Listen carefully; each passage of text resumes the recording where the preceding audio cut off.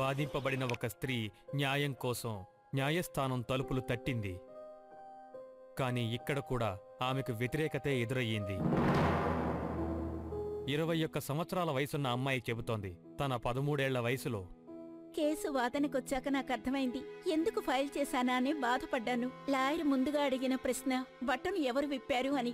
నువ్వా లేక తనా అని అడిగారు. నువ్వు తన పైన ఉన్నావా, తను నీ పైన ఉన్నాడా అని అడిగారు. అంతేకాకుండా ఒక ఆడపిల్లని కోర్టులో అడగకూడని ప్రశ్నలన్నీ అడిగారు. లాయర్ల పని ఏమిటంటే అమ్మాయిల ధైర్యాన్ని సన్నగిలేలా చేయడమే. అలా చేస్తేనే కదా అమ్మాయిలు మర్నాడు రాకుండా ఉంటారు. కేసు ముగిసిపోతుంది. వివాహిత అయిన 25 ఏళ్ల స్త్రీ చెబుతోంది. అదేమిటో విందాం. ఆ లాయర్ నాతో చాలా అసభ్యంగా మాట్లాడారు. నీకు ఎంతో మంది మగాళ్లతో సంబంధం ఉంది అన్నారు. ఆ తర్వాత నీ మీద అత్యాచారం ఎలా చేశారు అన్నారు. ఏదీ దాచకుండా వివరంగా చెప్పు అన్నారు. అది మాత్రమే కాదు, చీర ఎత్తి చూపించమన్నారు. ఏ విధంగా మానభంగం చేశారు అని అడిగారు. నేరస్తులు ఎదురుగా కూర్చొని నవ్వుతున్నారు. అది నేను భరించలేకపోయాను. ఆధారమనే పేరుతో 35 ఏళ్ల స్త్రీ ఎదుర్కొన్న సమస్యలివి.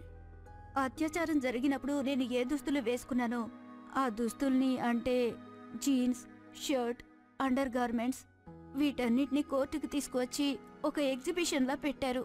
నేను కోర్టుకొచ్చి వాటిని చూడగానే చాలా షాక్ అయ్యాను. ఆ తర్వాత డిఫెన్స్ లాయర్ నా దుస్తుల్ని తీసి పరీక్షగా చూడడం మొదలు పెట్టారు. అక్కడున్న వాళ్ళందరికీ చూపించారు. నేరస్తులు కూడా ఆ కోర్టులోనే ఉన్నారు.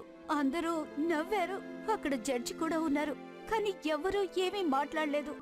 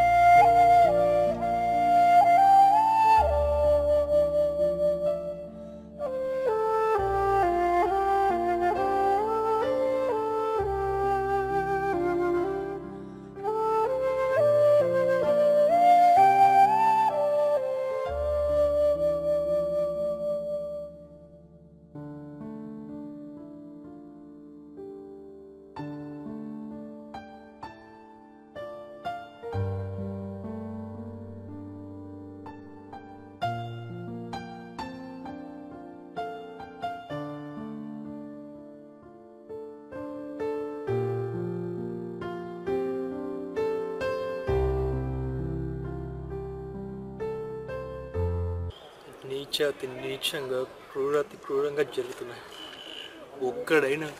ఒక్కడైనా పట్టించుకున్నాడా? ప్రశ్నించాడా? పోనీ ఆపే ప్రయత్నం మనం చేశాడా? మన జన్మలకు కామే, మన రక్తాన్ని పంచుకుని మన జీవితాలకు కామైన ఆడవాళ్ళ మీద ఎన్ని ఎన్ని ఎన్ని ఎన్ని దారుణాలు. 2012 ఒక అర్ధరాత్రి దేశ రాజధానిలో ఒక దారుణం జరిగింది. అది యావత్ భారతదేశాన్ని కదిలించింది. వేలాది మంది ప్రజలు దాన్ని వ్యతిరేకించారు. న్యాయం కోసం పోరాడారు.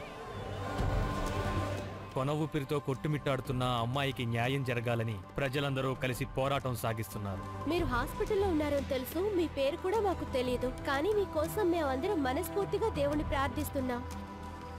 ఆ అమ్మాయి పేరు, జాతి, మతం ఏ వివరాలు తెలియవు.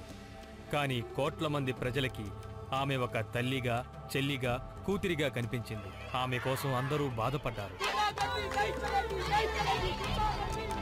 మొదట ఢిల్లీలో, తరువాత ఇతర రాష్ట్రాల్లో, గ్రామాల్లో స్త్రీలకు జరిగే ఇలాంటి అన్యాయాలను వ్యతిరేకిస్తూ పోరాటం సాగించారు. ఈ రాజ్యాంగాన్ని తిరగరాస్తేనే అన్ని సక్రమంగా ఉంటాయి. లోపల ఉన్న వాళ్ళకి వినిపించేలా చెప్తున్నాం. నేటి యువత నిద్రపోవడం లేదు, మేల్కునే ఉంది. యువకులు, స్త్రీలు, పెద్దవాళ్లు, తల్లులు పోలీసుల చేత దెబ్బలు తిన్నారు, తరిమి కొట్టబడ్డారు. కానీ ఎవ్వరూ కూడా వెనుదిరగలేదు.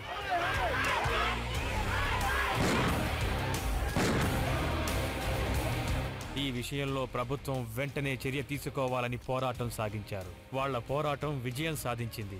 నేరస్తులు ఖైదు చేయబడ్డారు. కానీ నిర్భయ ప్రాణాల్ని కాపాడలేకపోయారు.